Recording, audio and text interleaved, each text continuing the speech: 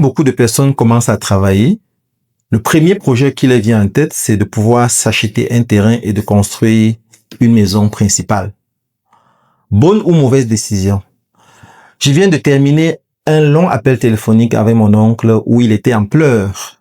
Il m'a raconté pas mal de choses et l'une des causes de ses problèmes d'après moi, c'est le fait qu'il a commencé en début de carrière par se construire une maison principale qui lui a coûté toute une fortune. Écoutez son histoire jusqu'à la fin et écoutez mon conseil à la fin. Et si vous êtes d'avis ou pas d'avis avec moi, laissez votre opinion en commentaire.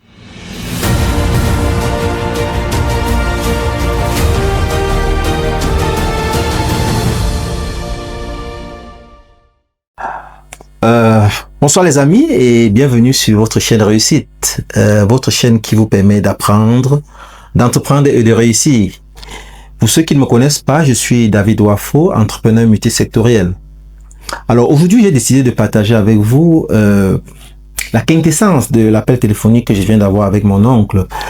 Il faut le rappeler, mon oncle est aujourd'hui à la retraite. Il a été un gros cadre de l'administration camerounaise et il a régulièrement travaillé toute sa vie et il gagnait, quand je dis cadre, il avait un salaire confortable. Donc, il faisait des voyages à l'étranger, des vacances à l'étranger avec sa famille de temps à autre. Il était véhiculé, son épouse également véhiculée.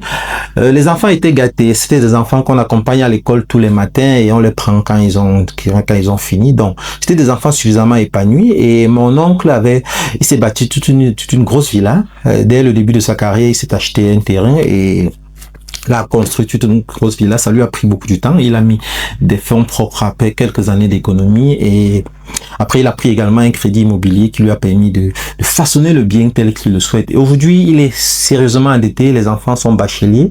Il n'est même pas capable de les prendre en charge. Il y a un qui l'a envoyé en étranger un peu plus tôt et qui s'en sort déjà bien, mais qui n'est même pas à même de lui tendre la main. Donc, ce qui constitue un problème pour lui. Donc, il a misé sur celui-là au départ. Il s'est dit non, ma retraite, au moins quand il sera à la retraite, celui-là pourra me soutenir. Mais malheureusement, ce n'est pas le cas. Malheureusement, celui-là n'est pas en train de soutenir également ses cadets. Et c'est un problème que nous rencontrons tous dans nos familles. Vous voyez, quand nous sommes en début de carrière, le plus souvent, vous allez voir quelqu'un qui commence à travailler. Il a par exemple 200 000 de salaire. Son premier objectif, c'est de s'acheter un terrain et construire. Et vous le savez tous, dans un environnement africain, une maison digne de ce nom, acceptable, varie autour de entre 10 et 20 millions de francs CFA. Alors, si vous gagnez par exemple 200 000 par mois et que vous décidez d'économiser la moitié de votre salaire dans le projet de construction d'une maison principale, il vous faut au moins 10 ans pour réunir 12 millions. Il vous faut 10 ans pour réunir 12 millions avant de pouvoir réaliser votre projet. Alors, si vous décidez même d'emprunter à travers, par exemple, le crédit immobilier, si vous êtes éligible, ce sera un process qui va vous prendre 10 à 20 ans pour être remboursé et ça va vous coûter presque la moitié de vos revenus mensuels. Alors, et ça sont des économies de toute une vie, hein. Ça veut dire vous sacrifiez toute une carrière professionnelle avec pour objectif principal de vous construire une maison pour votre famille. Ce n'est pas mauvais, c'est pas mauvais de penser ainsi, mais quand on regarde ce que mon oncle traverse aujourd'hui, on se dit que les choses auraient été faites différemment, ça aurait été mieux parce que quoi? Si au lieu de privilégier l'achat d'un terrain et la construction d'une maison familiale au début de votre carrière, vous décidez par exemple de pouvoir vous former dans l'acquisition de nouvelles compétences qui pourront vous permettre de gagner des revenus supplémentaires en tant que freelancer pendant que vous travaillez, ça vous permettrait de gagner des revenus additionnels parce que c'est ce que je recommande toujours, comme vous le savez, trouver des stratégies pour gagner un peu plus. Quelqu'un d'autre également aurait décidé par exemple de rentrer à l'école pendant que vous travaillez, vous faites des cours du soir ou alors des cours en ligne pour augmenter votre niveau de formation et de pouvoir obtenir une promotion au boulot et espérer être nommé cadre et par là améliorer vos sources de revenus. Alors ça c'est une seconde option. Une troisième option aurait été d'économiser un peu, peut-être vous économisez peut-être 2 ans, vous parvenez à réunir par exemple 2 ou 3 millions et vous vous lancez dans un business qui ne vous absorbe pas beaucoup. Ça peut être l'achat et revente de terrain, ça peut être la location courte durée. Et vous savez, pour faire dans la location courte durée, vous n'avez pas forcément besoin d'être propriétaire du bien immobilier. Vous pouvez louer une maison que vous meublez ou un appartement que vous meublez et que vous mettez en location courte durée. Ça vous permet de gagner des revenus supplémentaires sans avoir besoin de beaucoup de votre temps. Donc, vous pouvez également décider, par exemple, d'être formateur, d'apprendre des compétences que vous allez également former et vous le faites à temps partiel. Donc, ça, c'est d'autres options qui peuvent être envisageables. Et vous savez, quand vous commencez à travailler, comme c'est le cas dans nos traditions, dans nos sociétés africaines, la plupart du temps, quand vous commencez à travailler, vous recevez les pressions des familles qui vous demandent de vous marier, de fonder une famille et tout ça, ce qui n'est pas toujours mauvais. Alors, mais au moins, si vous avez choisi de le faire, il est également bien de penser à des plans des plans futurs pour les enfants, de ne pas forcément compter sur vos revenus pour les prendre en charge. Il y a des plans alternatifs comme des produits d'assurance. Il y a par exemple des produits d'assurance éducation scolaire qui vous permettent de souscrire une police d'assurance pour chaque enfant qui naît. J'ai travaillé dans une compagnie d'assurance qui offrait notamment des prestations pareilles. Donc, vous voyez, ils vous disent par exemple, je prends un exemple au hasard, pour 10 000 francs de prime que vous allez payer tous les mois, quand l'enfant aura 20 ans, ça c'est l'âge où on suppose que l'enfant est bachelier, il doit aller à l'université et il faut dépenser un peu plus. On vous dit, quand l'enfant aura 20 ans, il va bénéficier d'une prime d'assurance, on va vous reverser 2 millions de francs CFA, ce qui peut vous permettre de financer ses études supérieures.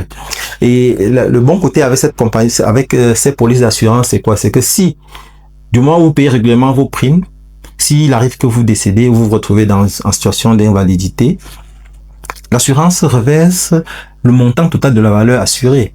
Donc ça, c'est le bon côté de la chose. Donc certains diront non, les compagnies d'assurance en Afrique, nous savons comment elles sont, elles ne payent jamais les primes et tout ça. Mais si elles ne payent pas les primes, c'est pour des raisons établies. Et ils vous tendent le plus souvent des pièges que vous ignorez. Vous croyez que c'est un avantage. Par exemple, ils vont les primes se payent par ordre de virement. Alors ils vont peut-être s'abstenir de prélever une prime comme ça en passant, et vous allez constater et vous n'allez pas vous plaindre, vous allez penser que vous êtes chanceux et tout ça, ils n'ont pas prélevé ce mois. Et c'est demain quand vous allez, après les 20 ans, que vous allez vouloir demander l'indemnisation, qui vont vous rappeler que non, il y a 15 ans, tel mois précisément, vous n'avez pas payé la prime n'a pas été prélevée, nous ne savons pas pourquoi, et vous n'êtes pas venu payer. Et à cause d'une petite excuse comme ça, vous allez perdre les efforts de toute une vie. Donc, vraiment, en ce qui concerne les assurances, nous sommes très réticents en Afrique, c'est vrai, mais c'est un produit qui a fait ses preuves ailleurs, et il faudrait que nous apprenions à faire confiance. Nous devons apprendre à savoir comment ça fonctionne, parce que si ces compagnies d'assurance existent et continuent à prospérer, c'est parce qu'ils font des heureux.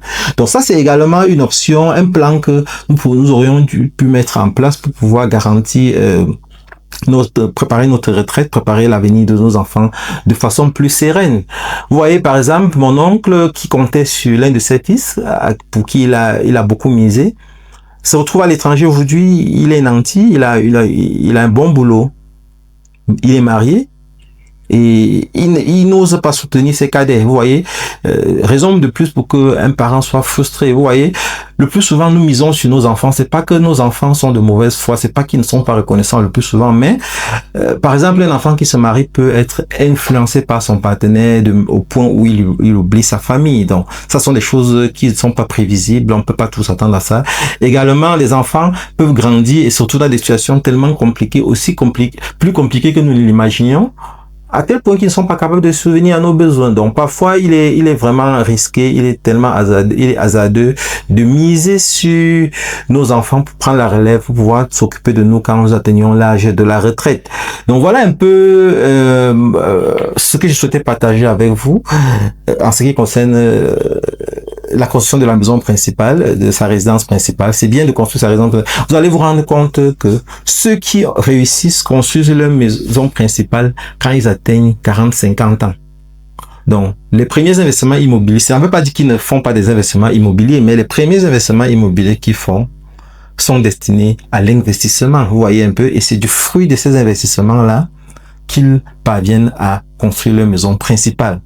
Donc, ça évite qu'ils se retrouvent en train de casser la première petite maison qu'ils avaient construite parce qu'il faut agrandir avec la famille qui s'est agrandie.